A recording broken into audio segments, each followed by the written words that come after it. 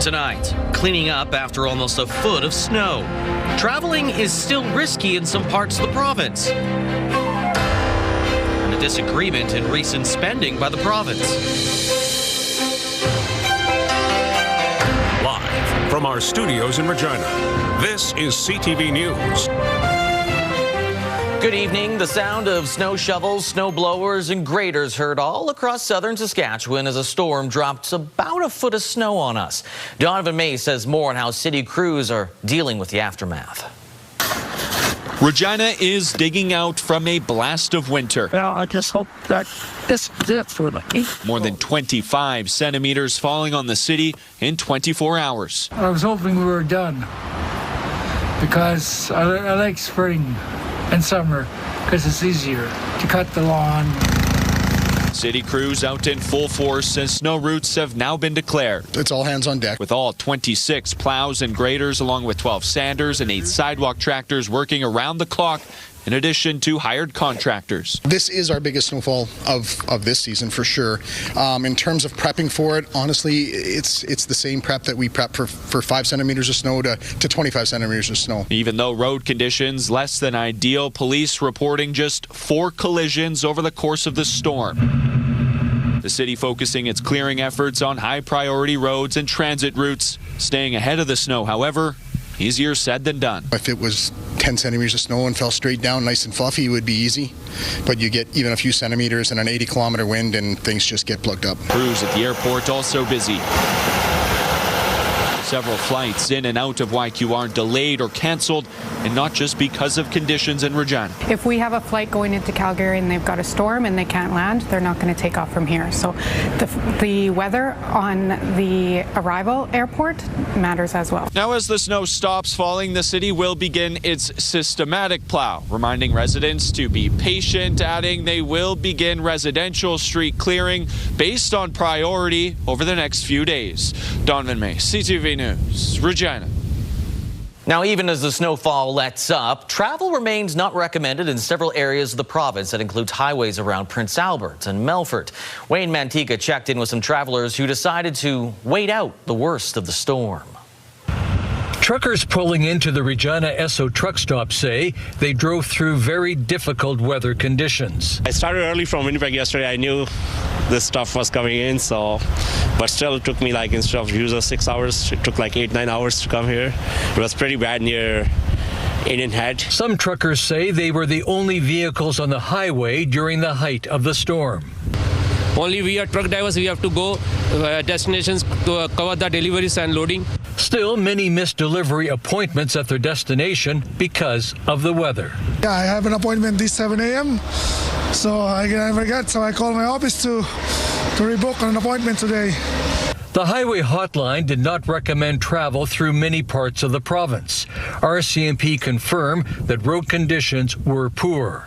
I can say that just from myself, I've been out and about early this morning since probably about 7 o'clock, and I can say that the conditions, according to the hotline, were travel was not recommended, and I would certainly agree with that. The storm is moving northeastward as it clears the province. We're expecting temperatures to be well below normal pretty much for the rest of the month. The highway hotline says motorists should still check for road conditions before setting out. Because as we've been seeing throughout the system, and it sounds like in the days ahead, the weather's constantly changing. Road conditions are expected to improve over the next 24 hours as snow plows clear highways and cold Arctic weather sets in. Wayne Mantika, CTV News, Regina.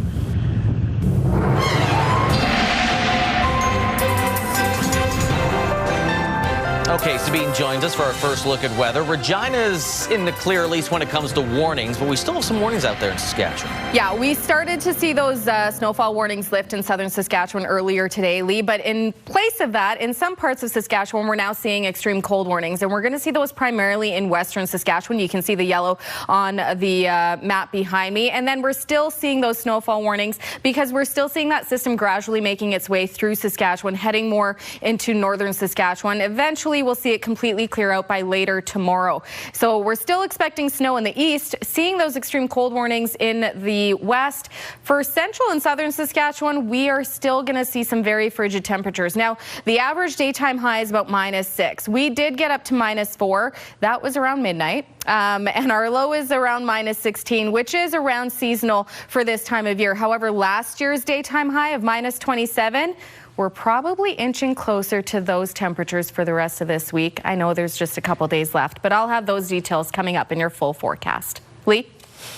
Thank you, Sabine. The Saskatchewan NDP is criticizing the province for recently spending a lot of money with the legislature not in session, saying the Sask party has debt and deficit concerns. The province feels the NDP is being a bit hypocritical, considering the money is going to things like healthcare and agriculture. Damian Smith dives into the disagreement. The NDP is criticizing the government of Saskatchewan for quietly spending $650 million just a few weeks away from the provincial budget. When it comes to Scott Moe's debt and deficit, it is Saskatchewan people who continue to pay the price. Tax, squander, and repeat. Again, this is a government stuck in a rut and pushing on the gas. On February 13th, the province issued several special warrants for 12 different ministries, with $338 million going towards the Ministry of Health, the majority of that earmarked for the Saskatchewan Health Authority, and $103 million going to the Agriculture Ministry of Agri-Stability. Other sectors getting unbudgeted cash injections include community safety, education, social services, and highways. This government has a long history of dumping money into solve problems that Saskatchewan people only see the service deteriorate. The special warrants say the expenses are urgently and immediately required for the public good. In a statement to CTV News, the province said the NDP has been demanding that the government spend more in the healthcare system and other important services, in addition to protecting Saskatchewan's economy from the Trump tariffs. Now, after the government has done exactly that, the NDP is demanding that they cut spending. Adding, in the upcoming budget, the government will be moving forward with the second year of its personal income tax reduction plan, which means lower taxes for everyone in Saskatchewan. The opposition is also criticizing the province's timing. Like, people are not stupid. When you stick special warrants on Family Day long weekend, it doesn't say much about what you think about the people of this province. In November's mid-year update, the province's deficit reached $427 million, due in part to last year's costly wildfire season. The next provincial budget will be released on March 18th. Damian Smith, CTV News, Regina. Businesses and residents in Saskatoon's Riverdale neighborhood are set to gather tomorrow night for a town hall meeting to discuss prairie harm reduction. The supervised consumption site is renewing its federal exemption from Health Canada license that allows people to use illegal substances on site without being arrested. Conservative MP Brad Redekop, the Riversdale Business Improvement District, and the Saskatoon West Business Association are hosting the meeting. Organizers are encouraging people to share concerns about safety, crime, and social disorder in the area. Prairie harm reduction feels crime is not a direct result of its services. What they are asking is for people to come, share all of this information as if PHR is the sole purpose that this is happening. It's all our fault that things are happening. DeMung says prairie harm reduction was not invited to the meeting, but they will attend. She says she welcomes questions and is offering tours of the facility. In response to an interview request, the Saskatoon West Business Association says it will provide a statement after the meeting. RCMP have enlisted the help of a drone to arrest a man who ran from them in the Turtleford area. RCMP say on Saturday night at around 4 o'clock, Turtleford RCMP found a vehicle at a home on the Thunderchild First Nation that was linked to a wanted person. When officers tried to arrest him, he ran into some nearby woods. Now, using a drone, police were able to search the woods. They found him in a tree he climbed. 34-year-old Christopher Dillon is facing a string of outstanding charges and was to appear in court yesterday. The University of Saskatchewan has eliminated a handful of positions in its IT department. The post-secondary institution is confirming 7 jobs are being cut from its Information and Communications Technology unit. The university says decisions like these are not taken lightly, but are made in order to operate responsibly and within financial means. It adds the move will allow for better streamlined operations and says the affected employees have been offered supports. SaskPower has signed an agreement with K+S Potash to buy power generation through the Bethune Mine's refining process. Now, the mine is expanding its heating and power facility near the mine to include 3 natural gas turbines and heat recovery steam generators that provides power and steam for the mining operation, along with electricity for SaskPower grids. Under the 8-year agreement, SaskPower can buy up to about 62 megawatts of power from K+S. K+S says generating its own power helps with its carbon footprint and enables more potash production and expansion. Well, in January, residents of Ituna learned that their public transit bus was in disrepair and that it might go out of service. Desperate to keep the line operating, the driver of the bus took his concerns to social and traditional media. Hector Roy said the town knew the vehicle was in poor shape and had delayed choosing whether to repair it or replace it. Ituna now has a temporary bus servicing residents until a decision is made regarding a long-term solution. As a result of his advocacy, Roy was first suspended with pay, then terminated from his position. He says he only wanted to make sure his elderly and disabled passengers were not left without transportation and thinks the termination was flawed and malicious. In their statement sent to CTV News, the town administration says they made every effort to adhere to legislations, bylaws and policies and have consulted provincial services such as the Ombudsman prior to the decision. It's caused me a lot of grief, a lot of stress. It's caused situations in my family where I'm the sole caregiver to my wife. I don't sleep as much. It's affected my health. My appetite and what have you is not the same as it was. Roy is considering legal action while also reapplying for his former position as a bus driver. Métis Nation Saskatchewan is celebrating Indigenous Storytelling Month with a new book. A special gathering at Remy Modern for the launch of a special collection of stories shared by Métis elders across Saskatchewan. In 2024, a team met with elders from 12 regions in Saskatchewan to hear their reflections and stories rooted in independence, humor, respect, family, and deep connections to the land that bind each other. Today, those stories can be read in one place. It is really the only book that I'm aware of that talks about Métis elders and brings voice to Métis elders. And I think that, it's a glorious moment in Métis history. Indigenous Storytelling Month runs until the end of February. Still ahead, another Conservative MP joins the Liberals, opening the possibility of a majority government.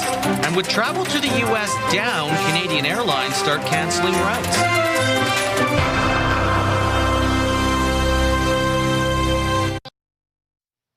A gut punch for the federal Conservatives as a third MP crossed the floor to join the Liberals. Alberta's Matt Giroux says he made the move because of challenges facing the country. It creates a possible pathway for Mark Carney to secure a working majority in the House. Michael Couture on the defection and what it could mean to the House dynamic. Matt brings a wealth of experience. Prime Minister Mark Carney praising his newly poached MP. Matt Giroux says his decision to leave the Conservatives was more about the team he was joining. Quite simply couldn't sit on the sidelines after seeing what the Prime Minister was, the ambitious agenda he was undertaking across the country and across the world.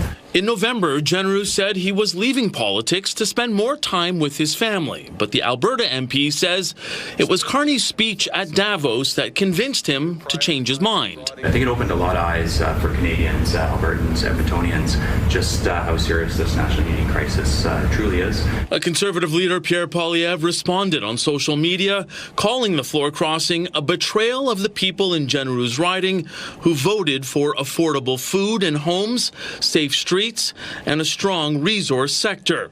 And some believe Jenneru could suffer the consequences of his decision in the next federal election. When he starts knocking on doors, he's going to get a bit of a wake-up call that these people didn't vote for a good speech in Davos. They voted for a conservative member of parliament to represent their conservative values, and that's not what they're getting. But Poilievre could feel the effects first.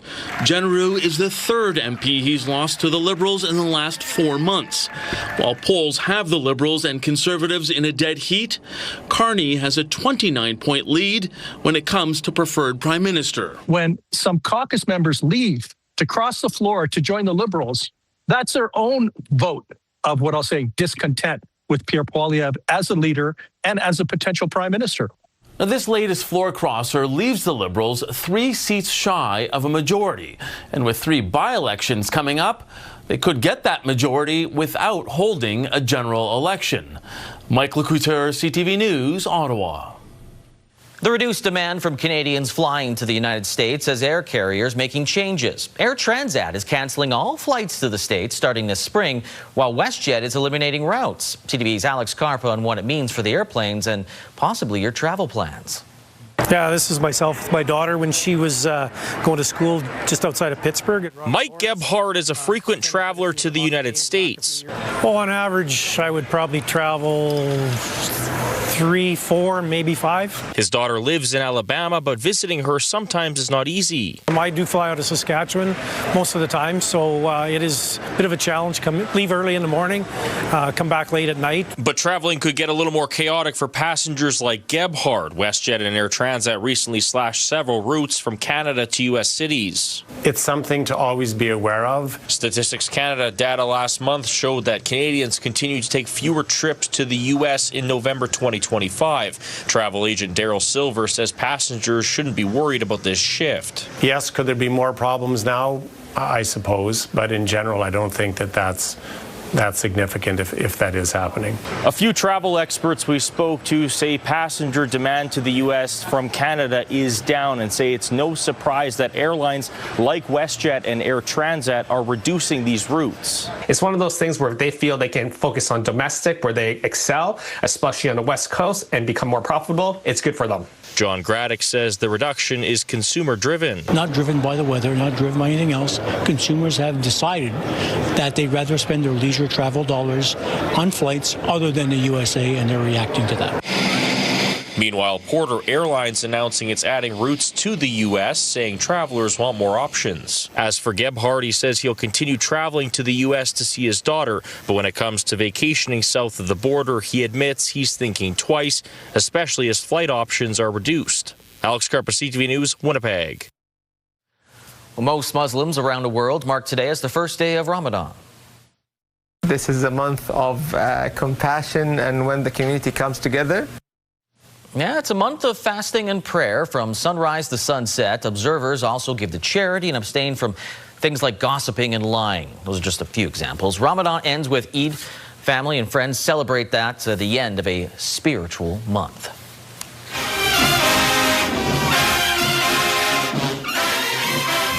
Today is Ash Wednesday as well on the Christian calendar, and in New Orleans, it's part of Mardi Gras. Revelers filled the streets of the city yesterday to mark Shrove Tuesday. Today is Lent, a 40-day period of fasting. Coming up, we've heard about snowbirds, but what about snow bears? A crafty creation that's getting people's attention in the nation's capital.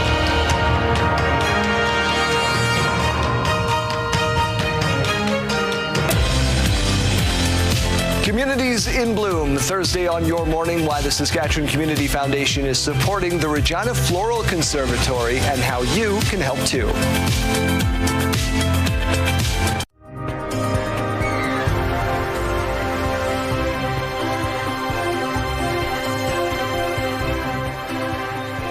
Welcome back. A beautiful look outside through our sky cam in Regina. The snow has finally stopped. We saw it kind of slowly come to an end briefly. Well, not briefly. Come to an end late this afternoon, but because of the winds, we're still seeing some flurries in the air because of some blowing snow that's continuing. And you may be noticing it most if you are doing any highway traveling. So something to keep in mind if you are doing any traveling, make sure you're checking the highway hotline. -17 is what we're sitting at right now with the winds just over 35 kilometers an hour. But we're back into winter conditions because the wind chill right now is minus 30 in Regina. So both of those temperatures much colder than what our daytime average is, which we saw earlier is about minus 6 for this time of year. So mentioned earlier as well, to the west of Saskatchewan, or in the western part of Saskatchewan, we're seeing those extreme cold wind chill warnings. Wind chills dipping into the mid minus 40s, and because it is yellow coated, those warnings usually are more short term, so we shouldn't see it last for long because we are expecting to see those wind chill values kind of warm up a little bit heading into tomorrow, but we could see them drop back down heading into the weekend. In the east, we're still seeing those snowfall warnings, but as we see the system continually make its way north, and we'll see that right now in the tracker here, we should start to see those warnings also lift. Prince Albert, Yorkton, many parts of the Parkland still expecting to see snow heading into tonight and even into tomorrow morning, but you can see by later tomorrow morning, we'll see most of that snow clearing out, leaving us with mostly cloudy conditions.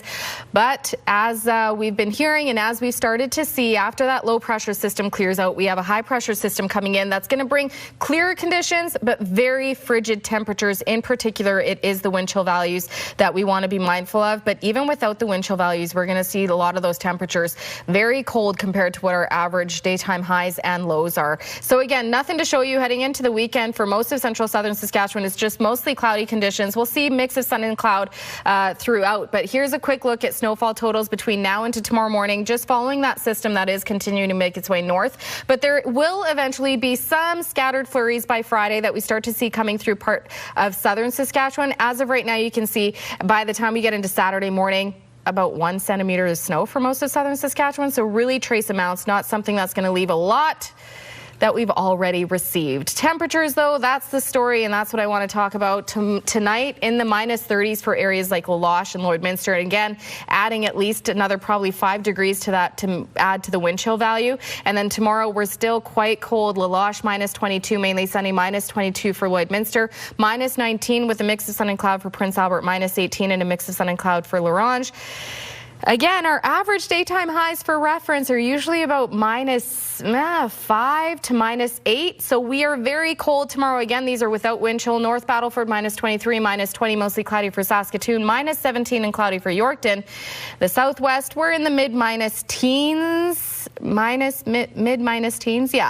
16 for Maple Creek, minus 18 for Swift Current, Moose Jaw. Same story for the southeast. For Regina tonight, dipping to minus 21, winds up to 40 kilometers an hour. Tomorrow, much colder than what we've been used to over the last little while, minus 19 with a mix of sun and cloud, and there is no warm up really in sight, at least not for the next little while. Minus 19, like I mentioned, but even the lows tomorrow, minus 22 with a wind chill value back into the mid minus 30s, could even get into the minus 36, minus 37 range. So we're back into having to plug our vehicles in. Friday, minus 16 with a mix of sun and cloud. We'll see the wind start to calm down to about 15 kilometers an hour on Friday, but still very cold heading into the weekend, minus 18, mainly sunny conditions. So the sun is returning, but these frigid temperatures expected to continue until we get into next week. Mostly cloudy Monday, minus 10, not quite at our seasonal range, minus 9 with some flurries on Tuesday and minus 11 Wednesday. But next week, into the end of next week, gearing up for the beginning of March is when we will start to see those temperatures back into that seasonal range of the minus 6, minus 7. But I mean, what temperatures? No, minus 5, minus 6. All right. Thank you very much, Sabine. You're welcome. Well, this winter storm is giving local snow sculptures a little more chance to work with some snow. In Ottawa, one woman is gaining attention for her work along the Ottawa River. Peter Spherling introduces us to the Bear Lady. Maggie Glossop's creations spread joy. People tell me it makes them smile, so that makes me smile. She sculpts bears out of snow. I build them because I enjoy building and also because people seem to really like them. Their home in the Kitchissippi Woods near the Ottawa River. I started building snow bears here about 8 or 9 years ago, and every year when the snow conditions are right, I come back and build bears. Good morning. A hit with anyone walking, snowshoeing, or skiing along the Kitchissippi Winter Trail. It's a highlight, and I always come in this part of the trail because they're so cute and so sweet, and I appreciate it. Puts a smile on my face every single time. And it looks so cool. There are a total of 15 bears, and some people using this trail have even made it a treasure hunt to find all of them. I saw those 3, and then there were some around the corner, and then these ones now, but no, I haven't seen 15, I don't think, so. Are you going to keep an eye out? Maybe there's more, yeah, for sure. Some are up in the trees, others on tree stumps, and these two on a bench. Sculpting the bears requires slightly warmer temperatures. When it gets close to 0, the snow gets sticky, and then I can build them. Parts of their faces made using brown wool. For 78-year-old Glossop, who lives nearby, it's a chance to be outside. It's my happy place, so instead of signing up for a gym to go and get exercise, I'm over in the woods almost every day. And when it gets too warm, the bears hibernate until next year. People ask me, but don't you get really sad when they melt away? And I say, no, they're I come back and do it again next year, and it's great. Peter Sperling, CTV News. Still ahead, interim head coach Michaela Kleisinger and the Cougar women's basketball team face their former leader, Dave Taylor, and UBC in the CanWest semifinals.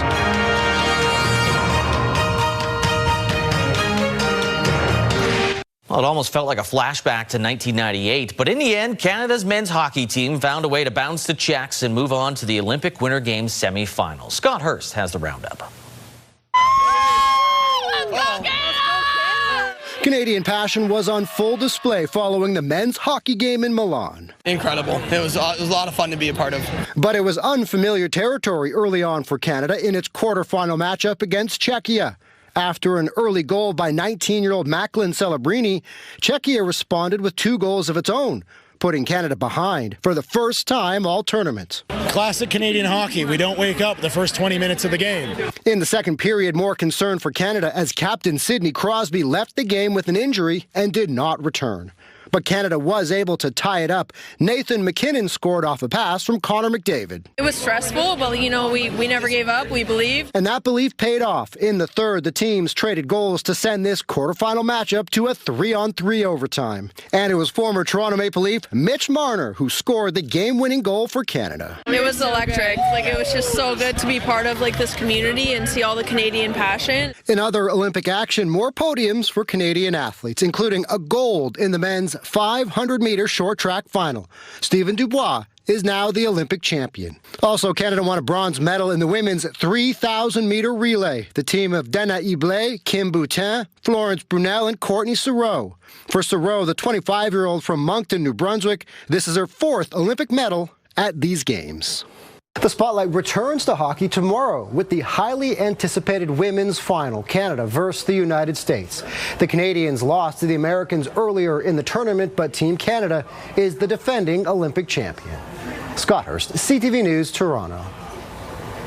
As for Regina's Mark McMorris, he was kept off the podium in the snowboard slopestyle event, failing to medal in 4 straight winter games. He ended up in 8th place, still 3 Olympic bronze medals in his career, quite the achievement.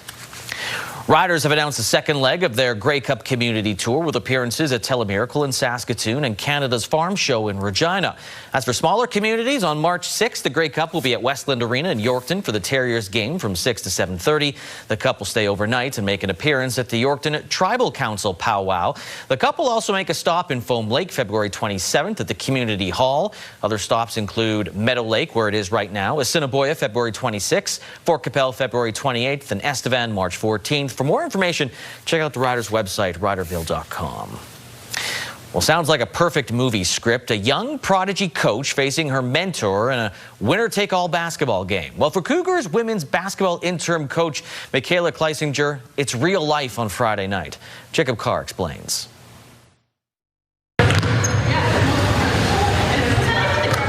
There aren't many sweeter sounds in the game of basketball, perhaps the final buzzer after a playoff win.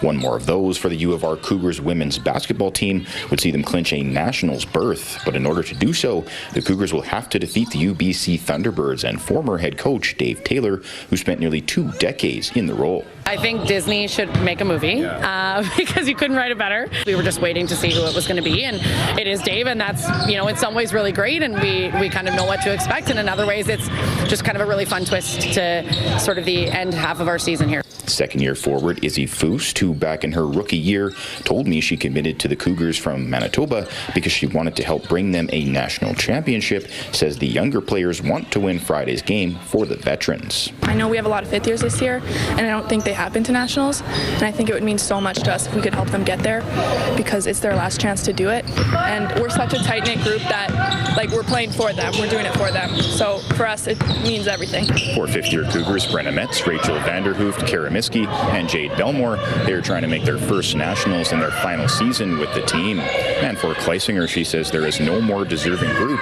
in the country to participate in the Final 8 tournament. It makes me emotional, honestly. I went to nationals 4 times as an athlete, and if I'm being honest, completely took it for granted these kids deserve to go. They, not just our fifth years, but this group means a lot to this program and how we're going to move it forward. Vanderhoof says this team is a special group that would cherish achieving one of their ultimate goals as a unit. Just a culmination of all our hard work and everything. Yeah, and just to be able to win it with these girls or get there with these girls would mean so much. Tip-off from War Memorial Gym at the University of British Columbia goes at 8 p.m. Sask time.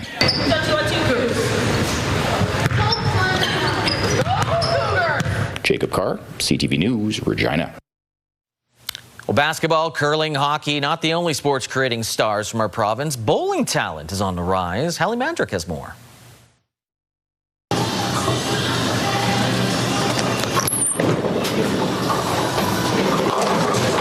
A 15-year-old Saskatoon bowler recently put up a perfect 300 points. After the second last frame, I threw a bad shot, it still struck somehow, and that's when it just got to me that it's possible. I could throw a perfect game, and that's when the pressure came to me. I still pulled through though. I got the last 3.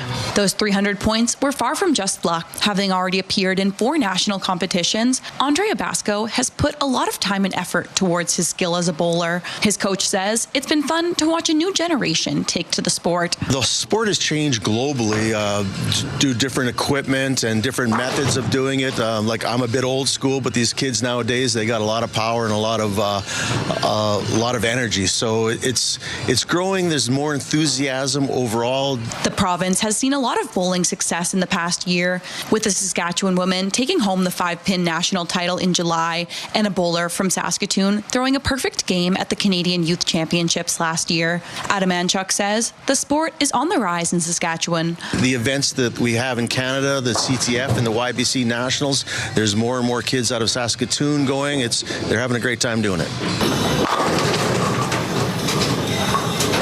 Abasco says that uptick in interest can create more opportunities for youth interested in the sport. I see a lot more people at the tournaments I go to.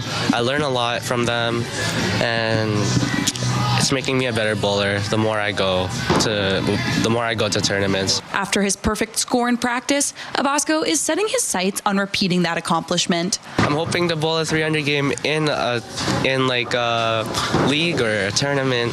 That's my goal now. I've bowled it once, I can do it again. Hallie Mandrick, CTV News, Saskatoon. Still ahead, Alberta adds to their defense against wildfires.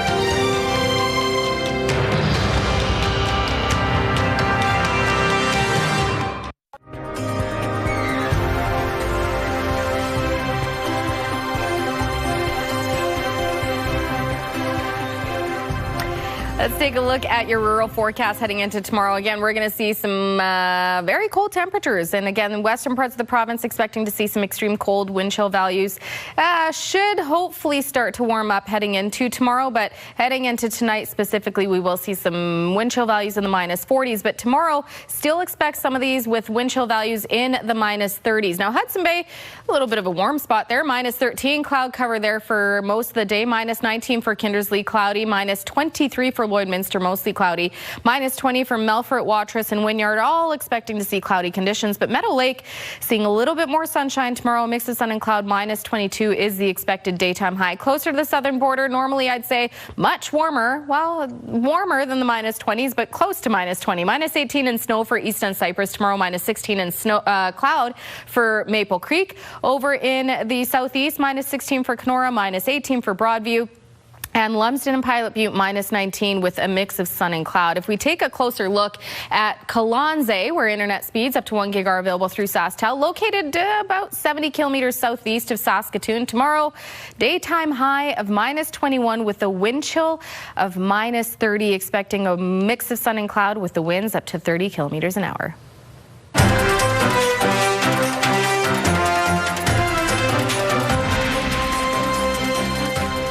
A group of young people from Alberta arrived on a hill to push for more online safety and accountability. CTV's Abigail Bimman now on a new youth digital rights blueprint, which calls for and why it's so important.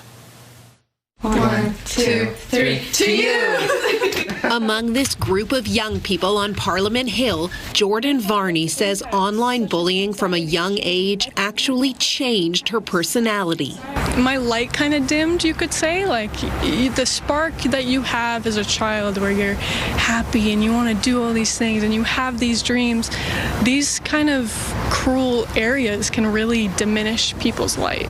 Worried about the mental health of youth, including younger siblings, she hopes the government will create policy that incorporates diverse youth perspectives and, along with cohorts, is offering up this detailed blueprint on digital rights to help. Digital spaces are human rights environments.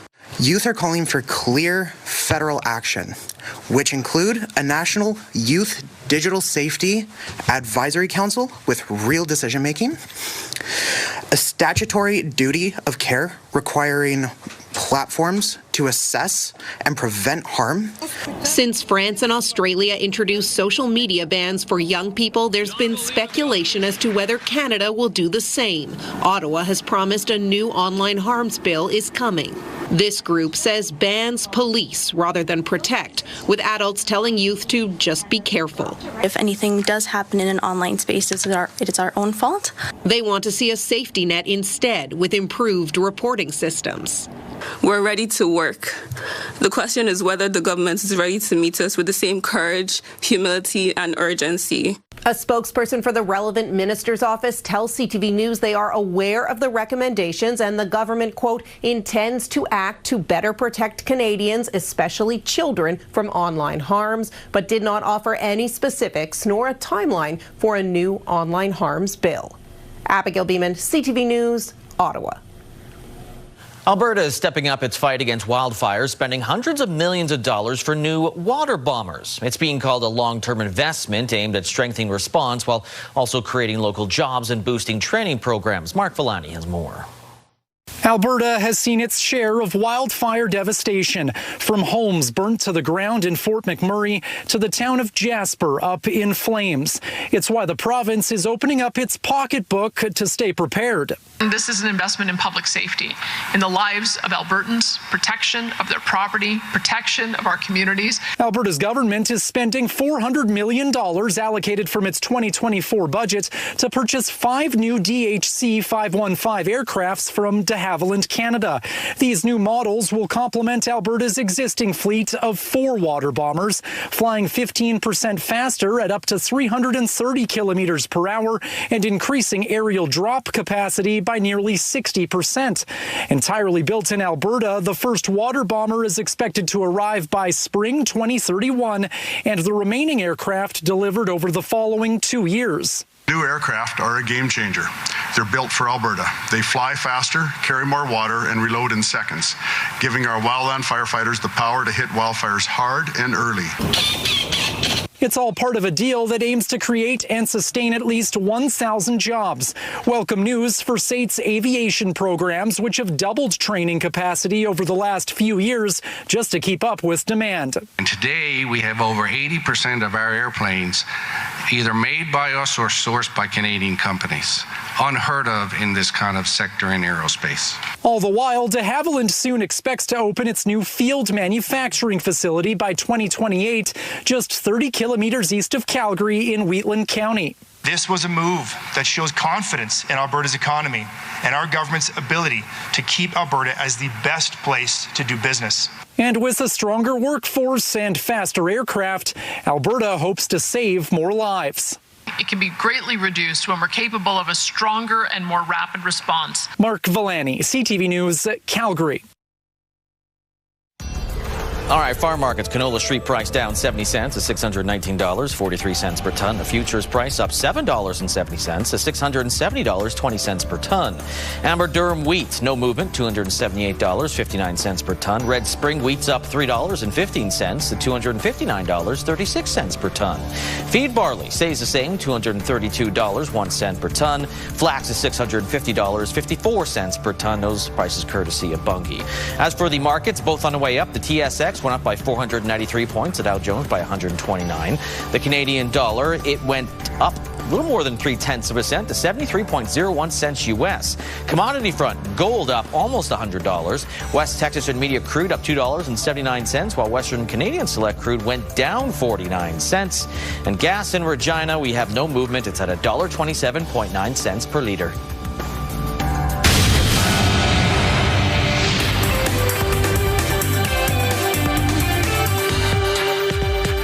General Motors is spending $63 million to upgrade operations at its plant in Oshawa, which is just east of Toronto. The investment comes as the plant prepares to assemble its next-generation gasoline-powered pickup trucks. GM says the newest investment will bring total spending at the plant to $1.5 billion since 2020. And the Canadian housing market saw prices and sales continue to drop for the month of January. The benchmark home price fell by almost a full percent and now sits at just over $665,000. That's the lowest level in nearly 5 years. The Canadian Real Estate Association says cold weather could be the driving factor behind the drop rather than a decline in demand. IA Financial shares took a hit today after the insurance and wealth management firm announced fourth quarter core earnings that missed estimates. At its lowest point today, shares fell by more than 14%. That is the biggest intraday drop since the onset of the pandemic in March of 2020. Those are your business headlines. I'm Lindsay Biscaya.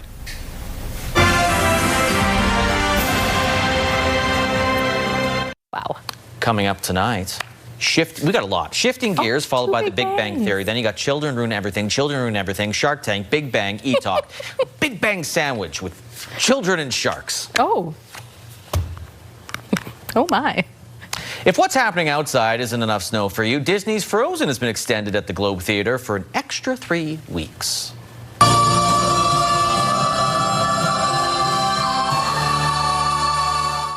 Perhaps you can build a snowman indoors. The Globe's production of Disney's Frozen, the Broadway musical, will stay at the theater through March 15th, extending its run well past the original February 22nd closing night. According to the theater, the extension was brought on by overwhelming demand, as it seems Regina audiences aren't quite ready to let it go. An unusually enthusiastic track invader jumped on the cross-country stadium course during Olympic competition today. Yeah, so a husky wandered onto the course and decided to join the action. We've seen this sometimes in the CFL with rabbits in the field. The unexpected intruder caused the cheering crowd to howl in delight. Cameras did capture the dog crossing the finish line. And while it didn't reach the podium, it did appear to have a little fun. There you go. Like, would that not just had they started yet or no? Yeah, they were going on. I was going to say, would that not prompt you just to move faster, that there's like a husky behind you? It's a husky, not a werewolf. You don't know that. How do you know that? I'm not there, so maybe. Exactly. We don't know. I know. Plug your cars in. Be safe out on the streets, because it's still cold. Yeah. Yeah. Winter. Cold. We're trying.